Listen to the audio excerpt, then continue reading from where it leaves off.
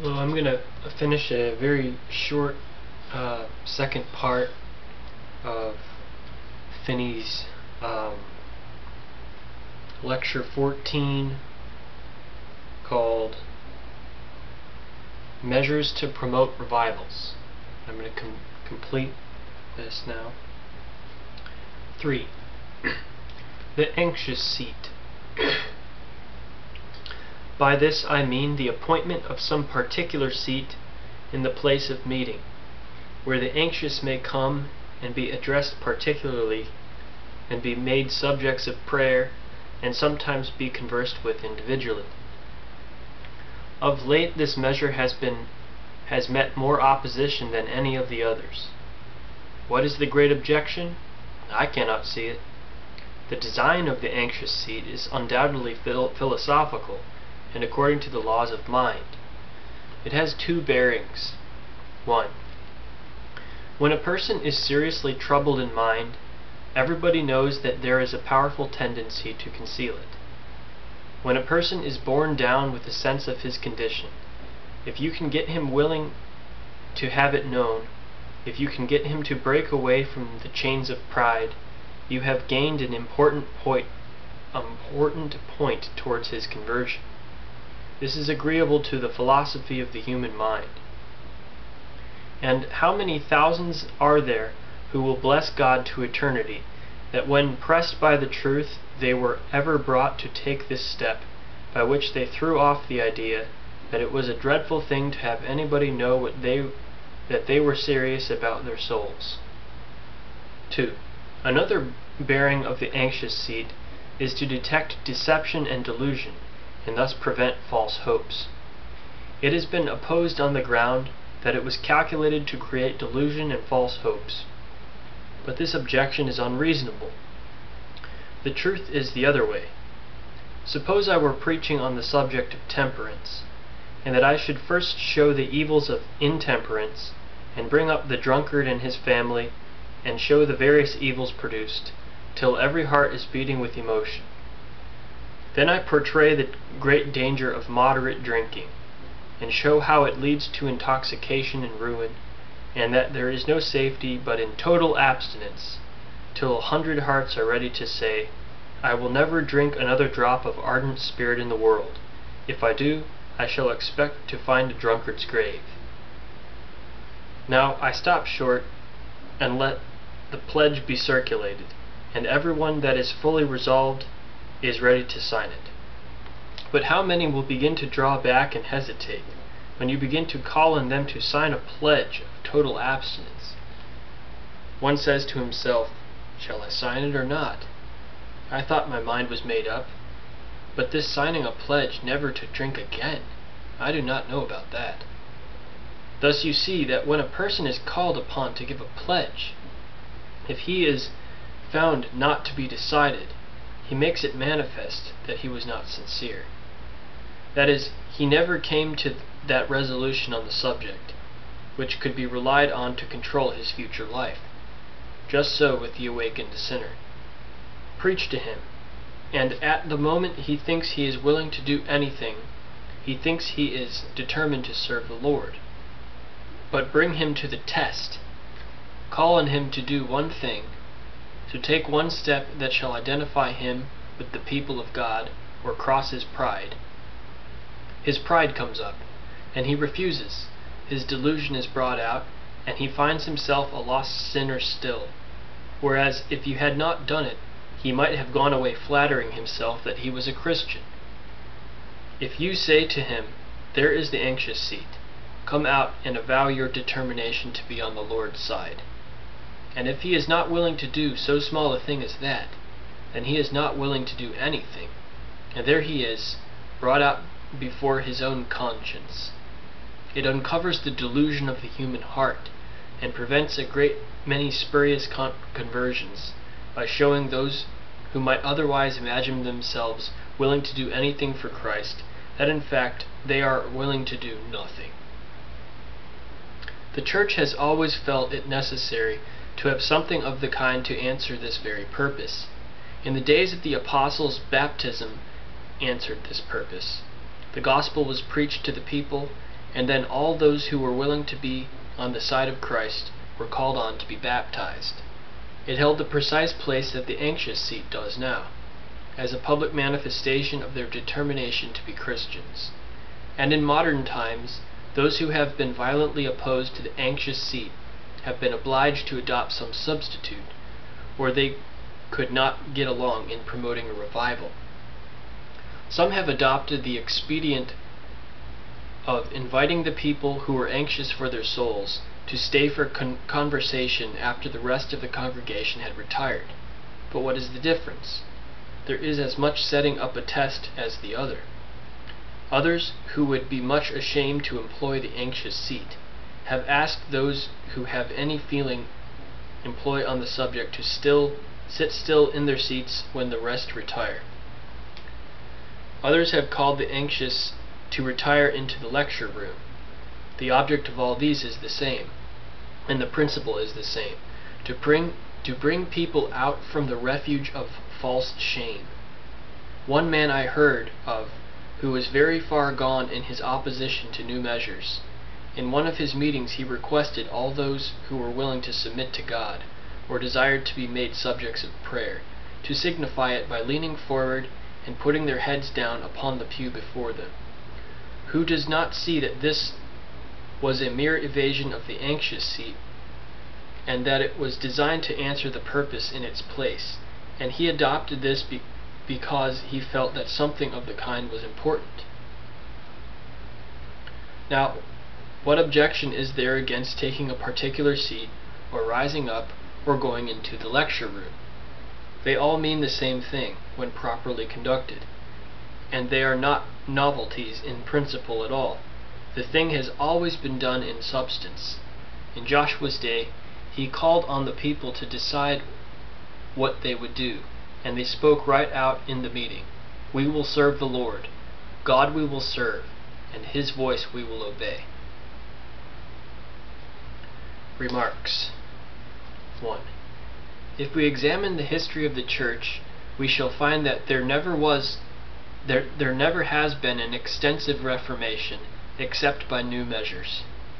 Whenever the churches get settled down into a form of doing things, they soon get to rely upon the outward doing of it, and so retain the form of religion while they lose the substance. And then it has always been found impossible to arouse them so as to bring about a reformation of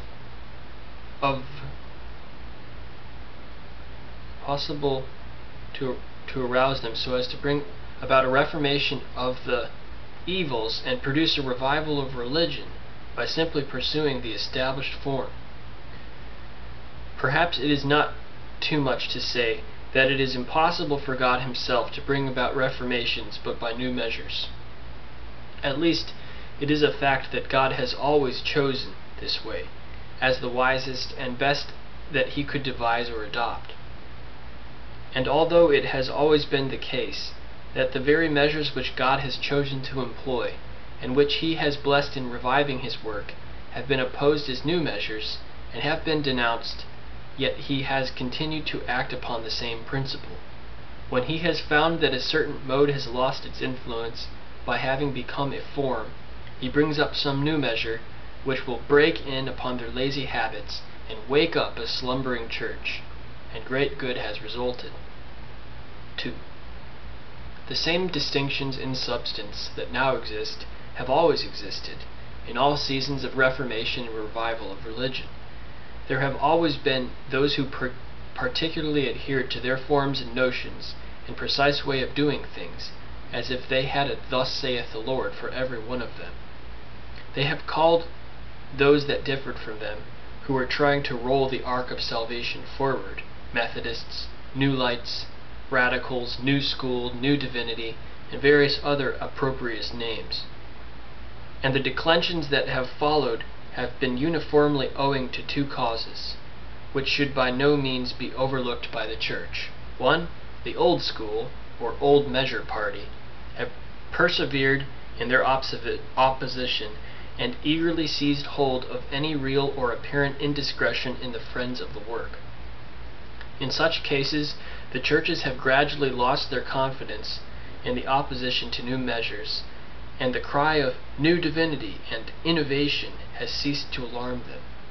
They see that the blessing of God is with those that are thus accused of new measures and innovation, and the continued opposition of the old school, together with the continued success of the new school, have destroyed their confidence in the opposition, and they get tired of hearing the incessant cry of new lights and new divinity and new measures.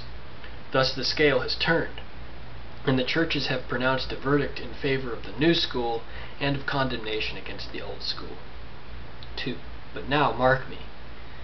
Right here in this state of things, the devil has, again and again, taken the advantage, and individuals have risen up, and being sustained by the confidence of the churches in the new measures party, and finding them sick of opposition, and ready to do anything that would promote the interests of Christ's kingdom, they have driven headlong themselves, and in some instances have carried the churches into the very vortex of those difficulties which have been predicted by their opposers.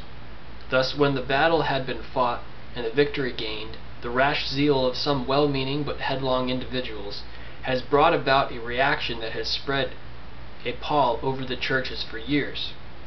This was the case, as is well known, in the days of President Edwards.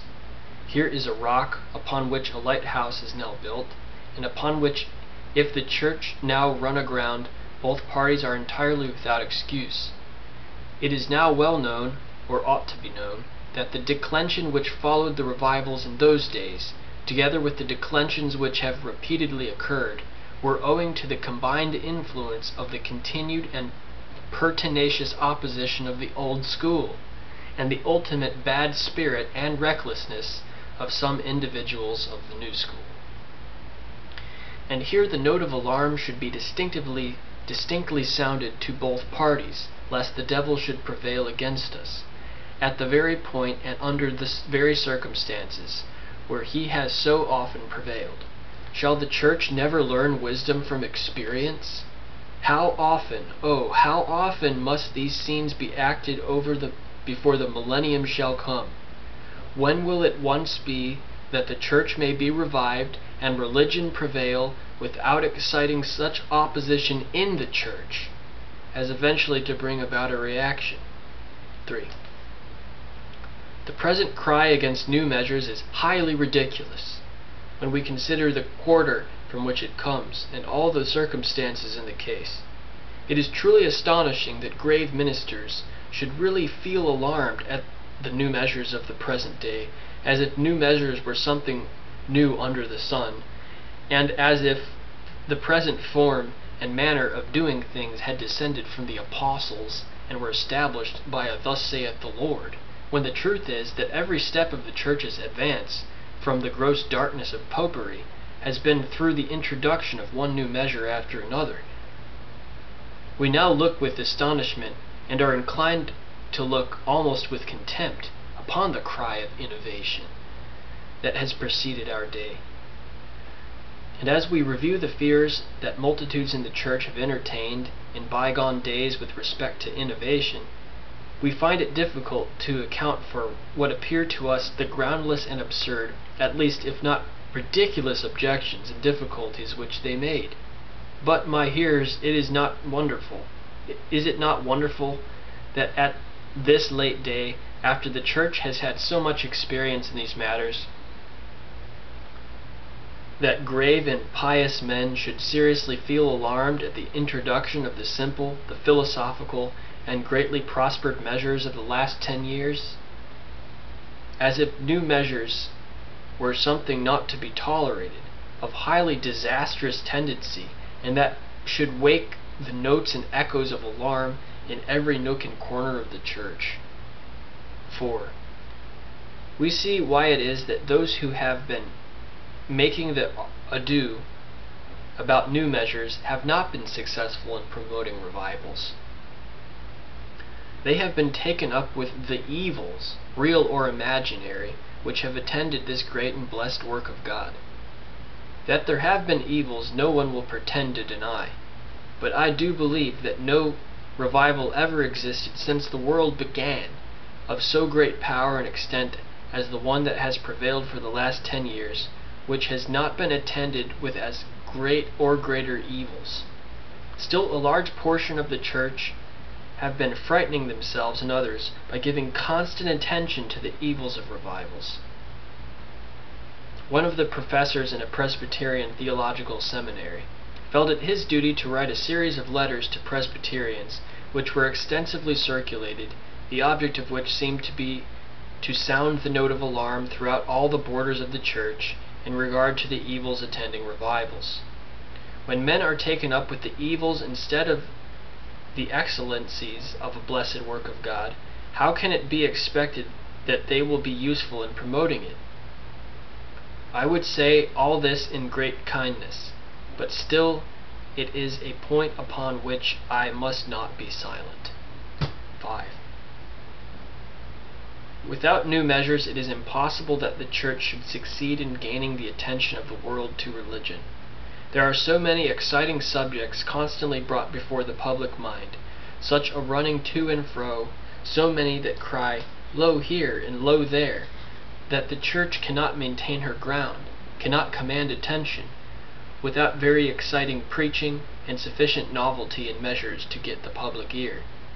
The measures of politicians, of infidels and heretics, the scrambling after wealth, the increase of luxury, and the 10,000 exciting and counteracting influences that bear upon the church and upon the world, will gain their attention and turn all men away from the sanctuary and from the altars of the Lord, unless we increase in wisdom and piety, and wisely adopt such new measures as are calculated to get the attention of men to the gospel of Christ.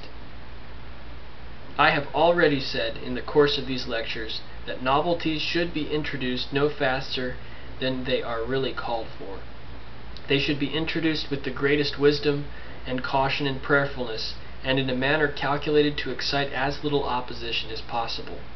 But new measures we must have, and may God prevent the church from settling down in any set of forms, and getting the present or any other edition of her measures stereotyped.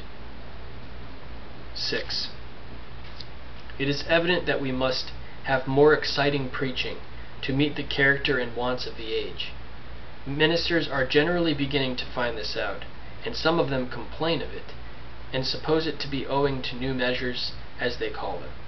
They say that such ministers as our fathers would have been glad to hear, now cannot be heard, cannot get a settlement, nor collect an audience, and they think that new measures have perverted the taste of the people. But this is not the difficulty.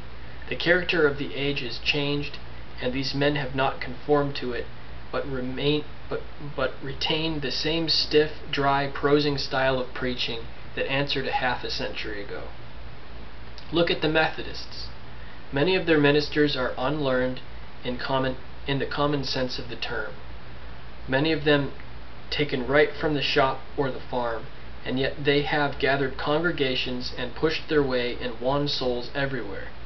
Wherever the Methodists have gone, their plain, pointed, and simple, but warm and animated mode of preaching has always gathered congregations. Few Presbyterian ministers have gathered so large assemblies or won so many souls. Now are we to be told that we must pursue the same old formal mode of doing things amidst all these changes? As well might the North River be rolled back as the world converted under such preaching. Those who adopt a different style of preaching, as the Methodists have done, will run away from us. The world will escape from under the influence of this old-fashioned, or rather new-fashioned, ministry. It is impossible that the public mind should be held by such preaching. We must have exciting, powerful preaching, or the devil will have the people, except what the Methodists can save. It is impossible that our ministers should continue to do good unless we have innovations in regard to the style of preaching. Many ministers are finding it out already, that a Methodist preacher, without the advantages of a liberal education, will draw a congregation around him which a Presbyterian minister, with perhaps 10 times as much learning, cannot equal, because he has not the earnest manner of the other, and does not pour out fire upon his hearers when he preaches. 7. We see the importance of having young ministers obtain right views of revivals.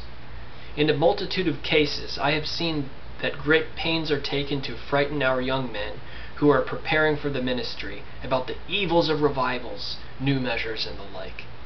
Young men in some theological seminaries are taught to look upon new measures as if they were the very inventions of the devil. How can such men have revivals? So when they come out, they look about and watch and start as if the devil was there. Some young men in Princeton, a few years ago, came out with an essay upon the evils of revivals. I should like to know now how many of those young men have enjoyed revivals among their people, since they have been in the ministry, and if any have, I should like to know whether they have not repented of that piece about the evils of revivals. If I had a voice so loud as to be heard at Princeton, I would speak to those young men on this subject. It is high time to talk plainly on this point. The church is groaning in all her borders for the want of suitable ministers. Good men are laboring and are willing to labor night and day to assist in educating young men for the ministry, to promote revivals of religion, and when they come out of the seminary, some of them are as shy of all the measures that God blesses as they are of popery itself. Shall it be so always? Must we educate young men for the ministry and have them come out frightened to death about new measures as if there had never been any such thing as new measures? They ought to know that new measures are no new thing in the church. Let them go along and keep at work themselves and not be frightened about new measures. I have been pained to see that some men, in giving accounts of revivals, have evidently felt themselves obliged to be particular in detailing the measures used, to avoid the inference that new measures were introduced, evidently feeling that even the church would undervalue the revival unless it appeared to have been promoted without new measures. Besides, this caution in detailing the measures to demonstrate that there was nothing new looks like admitting that new measures are wrong because they are new, and that a revival is more valuable because it was not promoted by new measures. In this way, I apprehend that much evil has been done already, and if the practice is to continue, it must come to this, that a revival must be judged of by the fact that it occurred in connection with old or new measures. I never will countenance such a spirit, nor condescend to guard an account of a revival against the imputation of old or new measures. I believe new measures are right, that is, that it is no objection to a measure that it is new or old. Let a minister enter fully into his work, and pour out his heart to God for a blessing, and whenever he sees the want of any measure to bring the truth more powerfully before the minds of the people, let him adopt it and not be afraid, and God will not withhold his blessing. If ministers will not go forward and will not preach the gospel with power and earnestness, and will not turn out of their tracks to do anything new for the purpose of saving souls, they will grieve the Holy Spirit away, and God will visit them with his curse and raise up other ministers to do his work in the world. 8. It is the right and duty of ministers to adopt new measures for promoting revivals. In some places the church have opposed their minister when he has attempted to employ those measures which God has blessed for revival, and have gone so far as to give up their prayer meetings, and give up laboring to save souls, and stand aloof from everything because their minister has adopted what they call new measures. No matter how reasonable the measures are in themselves, nor how seasonable, nor how much God may bless them, it is enough that they are called new measures, and they will not have anything to do with new measures, nor tolerate them among the people. And thus they fall out by the way, and grieve away the Spirit of God, and put a stop to the revival, when the world around them is going to hell.